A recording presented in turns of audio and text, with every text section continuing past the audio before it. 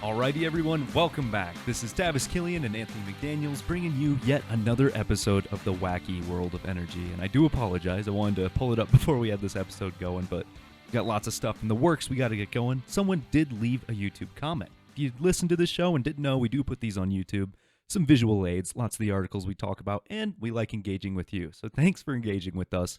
Give us anything you want. Maybe it'll stimulate some conversation. Maybe it'll be featured in the next episode, but that's enough from my end. Where do you want to start with the news today, Anthony? Oh, my, what a wacky world.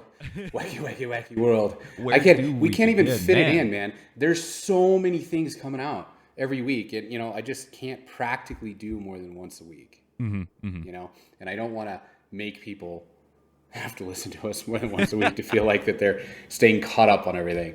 But, I mean, we've got all kinds of stuff all over the board. We've got, is Russia going to go into the energy or is Europe going to go into the energy abyss because of Russia shutting them off?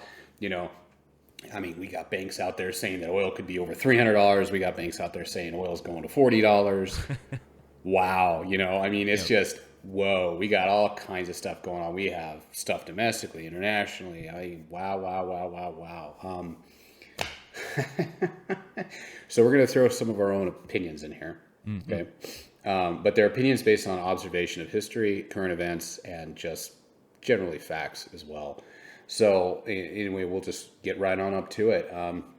Tavis, what's the first article we have up? I think it's a CNBC article here.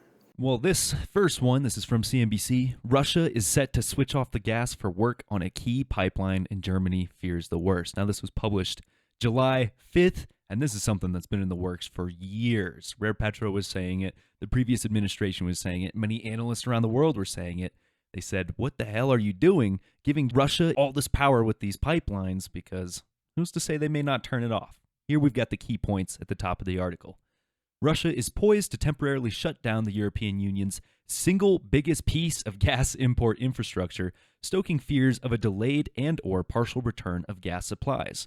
Some fear the Kremlin could use planned maintenance works to turn off the taps for good. If it doesn't come back after maintenance because President Putin plays games or wants to hit Europe while it hurts, then the plan to fill up gas storage by the end of the summer will probably not work. And that holds heavy implications because people are already getting worried about this winter. But what you need to know is between July 11th and July 21st, Russia said, hey, we're going to have to turn this off, pretty much restrict all flows because we've got maintenance work to do. And it's on their Nord Stream 1 pipeline. Yeah, Nord Stream 1. So there's already plenty of stuff going on with Nord Stream 2. That was tough to get into effect.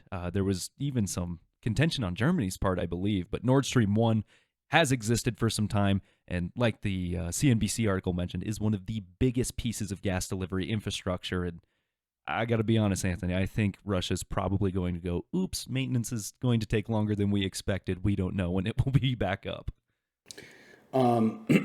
Yeah, we'll have to see what happens here. Expect the unexpected, though. I think so many people are looking for that to be what they're going to do, which I would agree as well with the narrative of the article, with what you just said. That's my default belief, is that they're probably going to use this to shut off gas. But a part of me says, I would be shocked if they do it when everybody's sitting there puckered up waiting for it. I get the sense that maybe, just maybe, the maintenance goes as planned and there is not a huge hitch in it, maybe a couple of days, and the gas keeps going, and then in the ensuing weeks after that, then maybe we have a problem. So maybe let Europe have this one, deliver the gas, don't do what's expected, and maybe play by the rules a bit? It's very possible that Russia just doesn't do what everybody's expecting them to do. We're just going to have to wait and see. Again, not really saying that that's what I believe will happen, but I also know that a little bit of misdirection is quite strategically advantaged. It's a quite strategic advantage for those who are imposing their will, right? Mm-hmm. So anyway, we'll just have to wait and see where that goes. The biggest concern right now in the summer is that what they're trying to do is they're trying to fill up their gas storage for the winter, right? Yep. So if there's reductions or unplanned outages or extended outages, then yeah, I mean, you could have a whole deal going on there where they're scrambling, right? I mean, they could end up scrambling for supplies of gas and all this other stuff. So with that, let's go on to the next article here. We've got what is going on right now, a little bit more overseas information. China is taking advantage of Western sanctions on Russia. Wow, big surprise, right? This is an oil price article on July 5th of 2022. So the bullets here are, though oil prices are on the rise across the globe, China is seeing prices fall. What? Western sanctions against Russia have left Moscow willing to unload its crude at mind-bending discounts.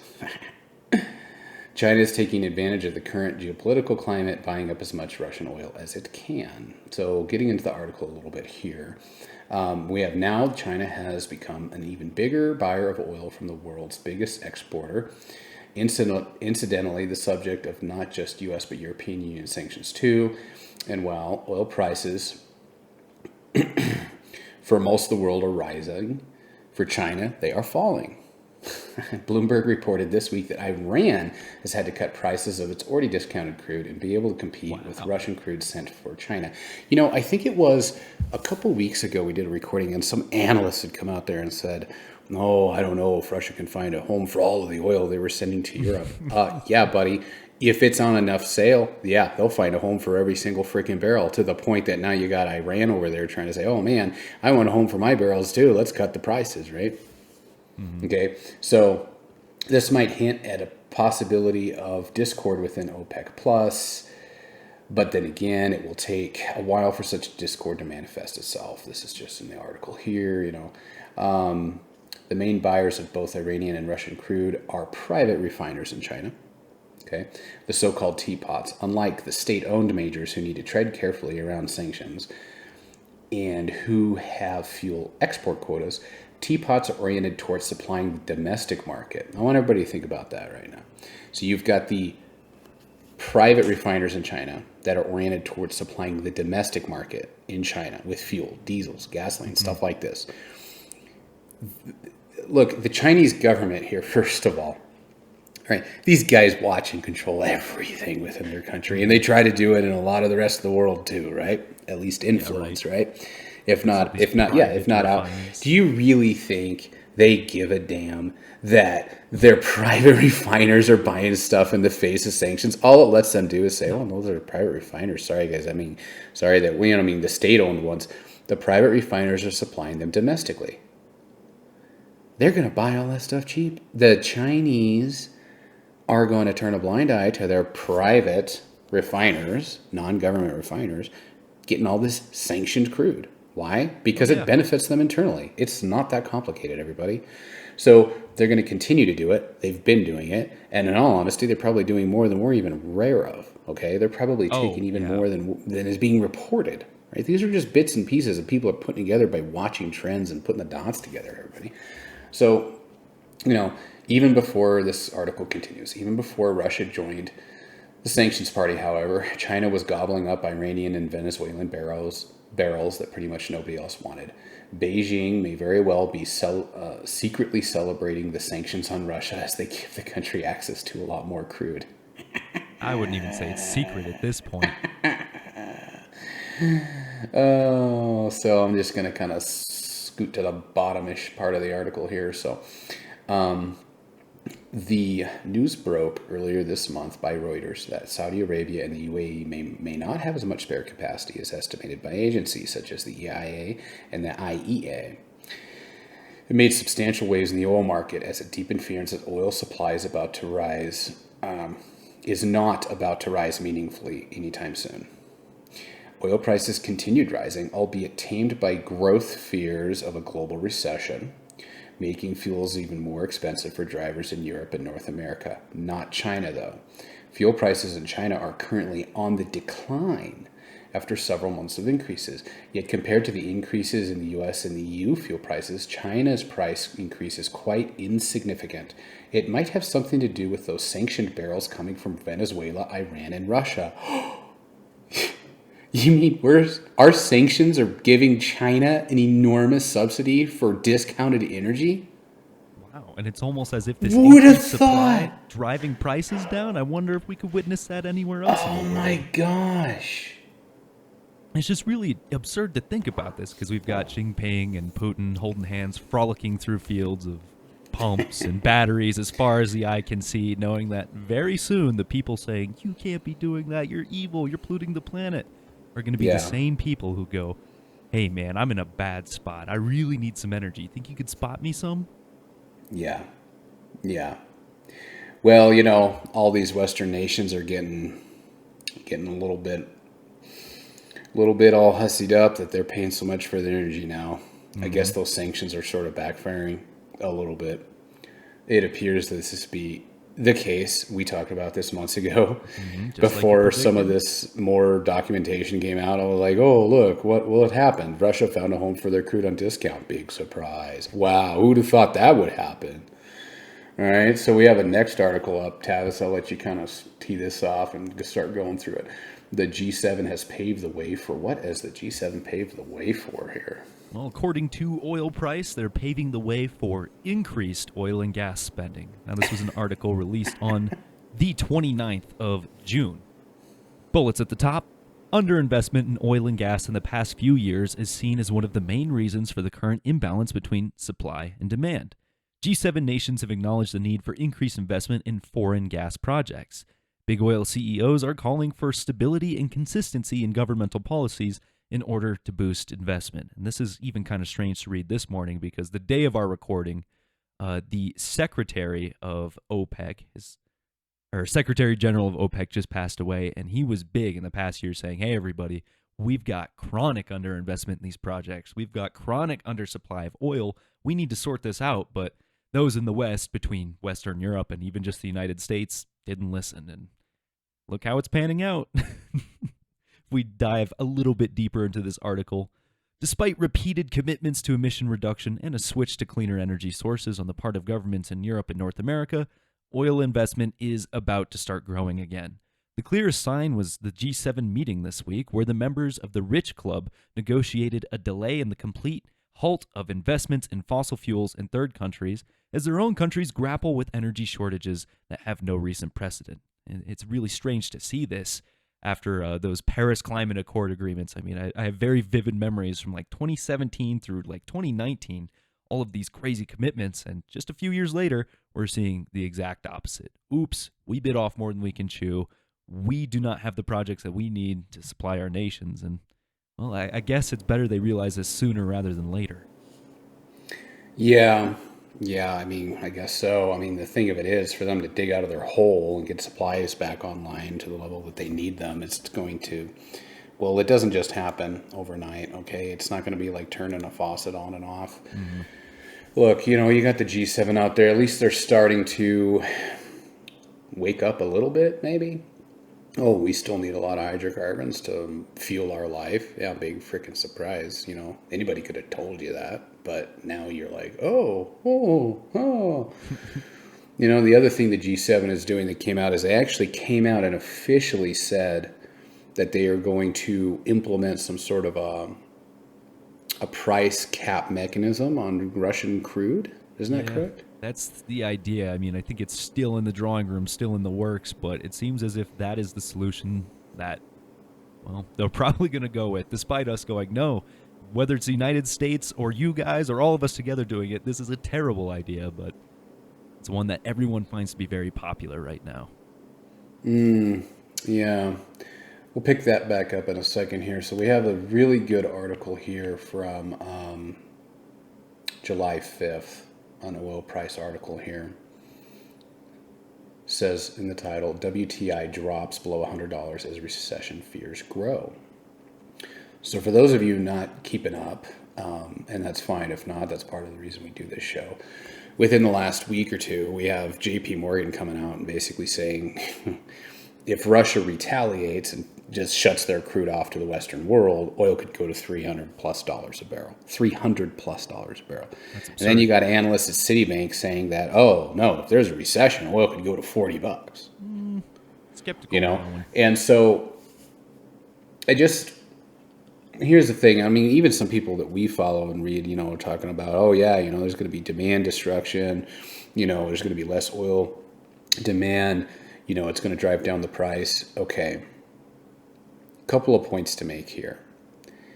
It's somewhat of a circular argument to say that a recession is going to be ensued largely because of high energy prices. Because there's concern of lack of supply versus demand, right? To take that's the reason you're worried. A large contributor for a recession kicking off is high energy prices. And so what, you think that's going to drive energy prices down? What are you smoking? That's a circular argument. If the reason for the recession is largely rooted in high energy prices to begin with, the solution to that is not going to be lower energy prices. Even if it does drop, it won't be long term, because the root of the problem is lack of supply.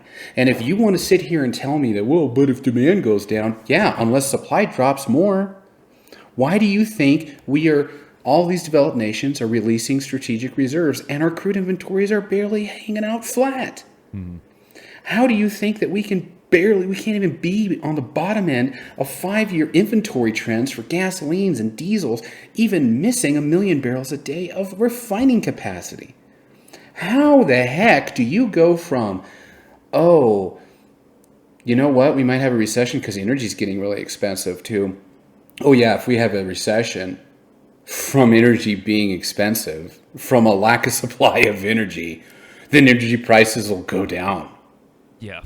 Are you nuts? Entirely. Now, let me clarify here. A large market sell-off can definitely bring down prices of everything, including oil and gas, no matter what the fundamentals say. And that can happen for a period of time. Okay? So that I am not saying that oil prices can't drop. Mm-hmm. What I am saying is, if you honestly believe that oil prices would go down to, say, $40 or $50 and stay there, average $60 for the next 5 years, what are you looking at? Mm-hmm. They definitely can go down. But let me tell you right now, there's another thing that people aren't discussing more, and I just wish, unprogram your freaking brain. You keep talking about oil prices as some sort of homogeneous freaking global benchmark. Wake up.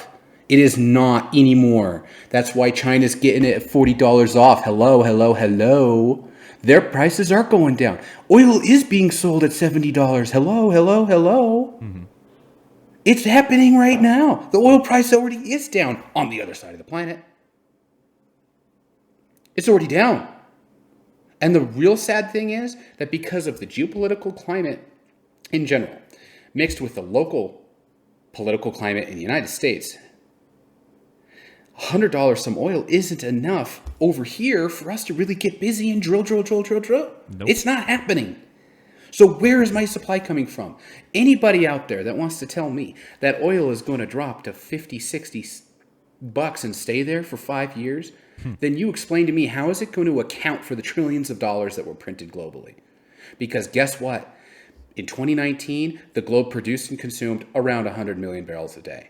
In 2021, the same.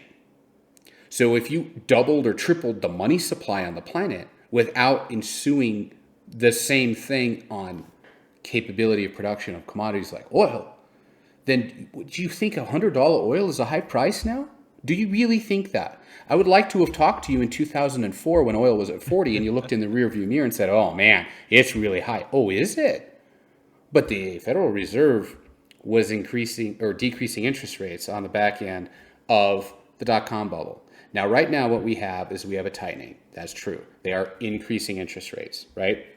But we also have yielding curve inversions, and we have all these currency games, and we have different price benchmarks based on what currency system or what hemisphere of currency system you want to adhere to. So the point I make is that you see articles coming out here saying oil's going to go to $40, $50, $60. That's where it should be, 70 at the most. And then you have articles saying it could go to 300 and something. Look, there is a couple of macro things that have been happening for the better part of 2 years now, certainly over a year. One, energy demand has stayed where it was from before COVID. 2, there is not the exploration capex nor the drilling rig count compared to the last time the oil prices was triple digits in US dollars. 3, countries have been draining their strategic reserves to fill the gap. 4, we still have gasoline and diesel inventories and distillate inventories not even able to stay under the 5-year low, even with 1 million barrels a day of U.S. refining capacity offline since 2019. Mm-hmm. The fundamentals are the fundamentals. The markets can do some crazy things, and I expect a lot of volatility. I agree with you entirely. This is totally circumstantial. If I had woken up and gas went from $3.30 to $7 a gallon overnight, yeah, I can see quite a bit of demand being pulled right off the table. But like you said, all of those factors you just mentioned have played into this over a long period of time. And we just read an article where Europe says, hey, we don't have the gas supplies for winter, and we're afraid of getting them. I'm with you. I don't really see a $60 barrel right around the corner. Yeah. I mean, we have this article from July 5th with oil prices. One of those really nice articles where they put in like a lot of summaries from articles they had throughout that week. Mm-hmm. So we see a rig count graph in here. The rig count for the U.S. was over 1,000 rigs when oil price was 70. It's not even 800 rigs right now. The Permian Basin was almost 500 rigs in around end of 2018. It's still not back to where it was. Mm-mm. Okay. Now the wells are a little bit better. You do have more production capacity per well as they've gotten these vintages better, but it doesn't change the fact that I am not seeing anything in the macro on capex spending rates, nor on rig rates numbers, how much is running. That tells me that we're yet to the point where we're going to turn production and north. And even if it were to that point now, with extra productivity per well, you're still waiting 2 years, okay, before you're going to see and feel that at a macro level. So, I mean, that you just can't get away from that. So, they had some articles that they summarized in there that, hey, JP Morgan warns of $380 oil after price cap. And then we have just all kinds of stuff, Oh, here's another one. India slaps windfall tax on fuel exports. Oh, yeah. That one kind of almost flew under the radar, but that one, I'm going to tell you, everybody, India has also been very wanting to buy this Russian crude, okay? Mm-hmm. And India, I believe India is part of that. That's the I in the BRICS countries, right? Sure is. And we had a couple of weeks, maybe a month now, where there was an article that Putin was proposing a refining cartel within the BRICS organizations, right? I think so. He's looking to introduce a sort of new, refining cartel. Yeah, what basically, India is going to slap windfall tax on fuel exports. Mm-hmm. So they're going to get all this cheap Russian crude. That's what they're doing right now. They're going to make all these fuels like diesels and gasolines and stuff like this. We're still going to pay, if we need to get any imports of, say, distillates and diesel fuels from India, which we currently do, that's going to become more expensive. Mm-hmm. Okay? And that will become more expensive in its own right, aside from commodity prices, because the governments are going more, I'm going to take care of ourselves. We're going to take care of ourselves. Mexico is basically going to stop exporting oil by the end of the year, mm-hmm. or sometime next year. We've got all these different countries around the world saying, we're going to basically repatriate all of our, we're going to take care of our energy supplies domestically, right? And these tariffs on fuel exports, that doesn't hurt China, guys. That doesn't hurt Russia. That hurts us, okay? Because we haven't built a new an actual refiner, in almost 50 years. We're just losing capacity because of regulations and things break and it's too hard to get them fixed and back online, and then some wanted to convert to biofuels and this and that and all this stuff. The point is, a country like India says we're going to slap a windfall tax, profit tax on exports of fuel. Look, It's basically India is saying to the United States, there's a tariff on fuel for you. But they're not calling it a tariff. They're calling it a windfall tax on fuel exports. China doesn't need the fuel exports nearly as much as we do because they've been aggressively adding refining capacity on their borders and in their harbors, where we can't seem to figure out how to build anything new of scale for a half a century. So stuff like that, this kind of stuff that these subtle things we try to watch over here and we try to talk about and we try to share with our audience. These are the little dots that you put together that make you seem smarter than you are. And you could miss a connection here and there, but let me tell you something. We did this a couple of weeks ago. We saw an article that Putin wanted to do, potentially propose the BRICS countries have a refining cartel. And now you see that India is going to slap windfall tax on fuel exports. Fuel exports aren't as important for China because they have no problem building refineries. Okay? It has no problem for Russia because Russia's just selling them the crude, right? And this export, it's a windfall tax on fuel exports. It's not going to hurt India domestically either. Well, parts of India, because really unique to this situation, India is a little bit different. They have some government industry and some private industry. It's not totally private or totally nationalized. So India's state-run refiners were really struggling to compete with the private companies who were ignoring the sanctions, which is, well, an interesting case study to look at because you've got government inefficiencies and listening to these sanctions, and then private industry. Private industry is doing way better and just absolutely excelling. So in order to level the playing field, India's government sort of imposes this tax so that it has the same ultimate effect, doesn't it? It has the same ultimate effect. It's going to hurt the United States a whole lot more than it's going to hurt India or Russia or China. And that's a fact. When you tell private Indian refiners that you can't export fuels in large amounts without having a windfall tax, what is that going to do? It's going to make it cost more for us to get their stuff. It's not going to hurt China. It's not going to hurt Russia. And it's not really going to hurt India domestically other than hurting their private refining businesses. And then this sounds almost like a mere pseudo land of what we just talked about with China, with the state-run companies that are following sanctions. And then the privately run refiners that aren't. But look, I don't care how you slice it. If the United States wants to dig us and NATO out of this debacle, then we need to lead the way with more energy production. We can show all those boys in Europe how to get plenty of gas. This is how you drill a horizontal well, everybody.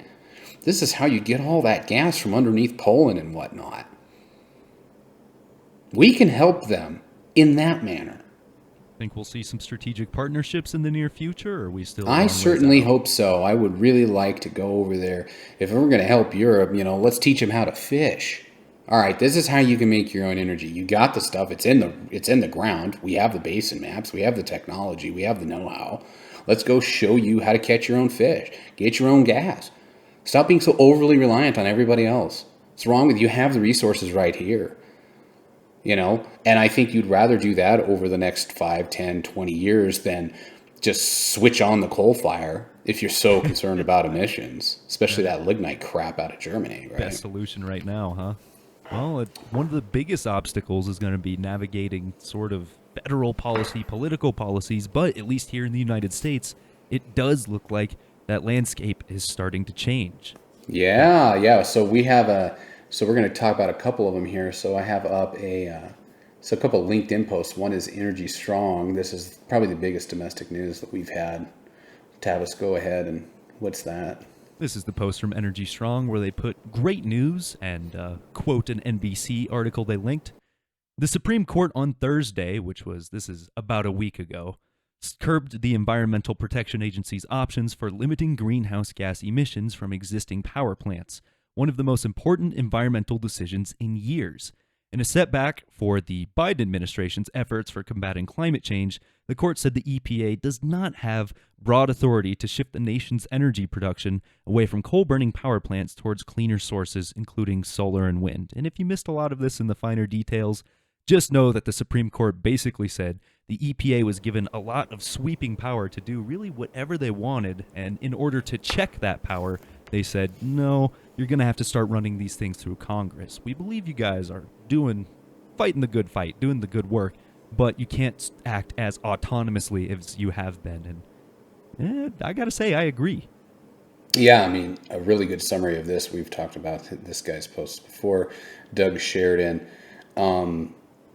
You want to take this one, Tavis, or do you want me to do it? Sure, I'll go for it.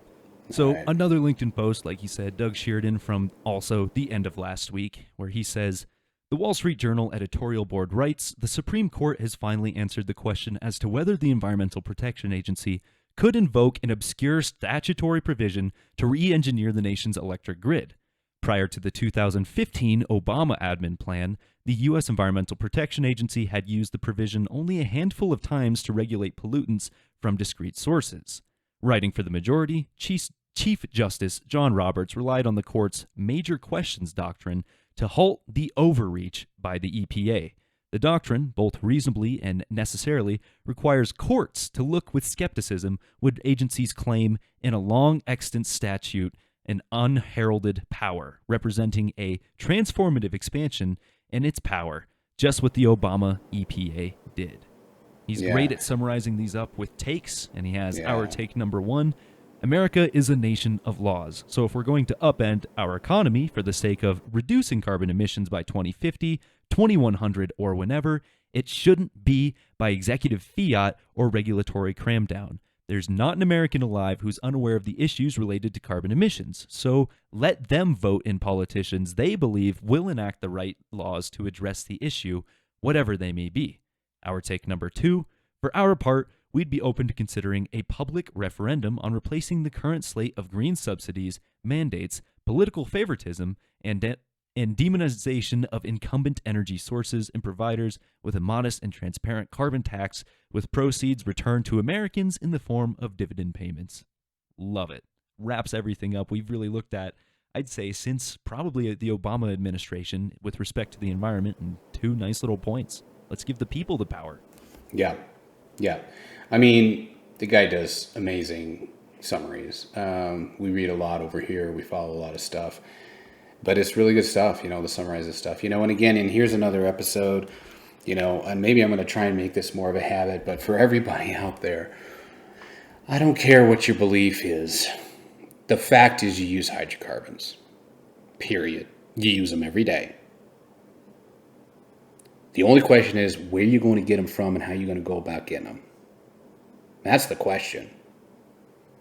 That's the question you need to worry about answering. It isn't about, we're going to go green. An oil barrel is used for over 6,000 different things. Everything you touch and interact with is oil, okay? It's all hydrocarbon. The question is not anything other than where you're going to get them from and how you're going to get them. So at some point in the distant future, when we can maybe just pull methane out of one of the gas planet's oceans, great. Point is, better that everybody just wake up and realize that you need these hydrocarbon sources from the ground. It's the most abundant place currently, and in all honesty, for energy harvesting, the least footprint on the environment by a long shot. It's a whole lot less of a footprint to have a horizontal well pad than a strip mine. I can promise you that. Mm-hmm. So that's reality, right? The sooner that more people wake up to that fact, that they're still using this stuff, and now it's a decision of where am I going to get them and how am I going to get them. You want energy security? Make more of your own energy. You want things that are clean for the environment? Why don't you choose things that have less of a footprint? Worried about emissions? Fine. Get better tailpipes. I'm serious. You know what? There's a lot of things that you can do to capture carbon. There's a lot of things that you can do to take care of putting more molecules to work and wasting less. But to go down the pathway of, we just don't want this whole source of energy because it's somehow bad. What are you talking about? Using it all the time. Unless you start deciding just not to use everything in modern life, and I do mean everything, en masse, just volunteer like, you know what? I don't like a warm house. You know what? I don't like nice clothes. You know what? I don't want food that I could just go to a grocery store and find off, I would like to just farm. I would like to subsistence live in a shack. All right.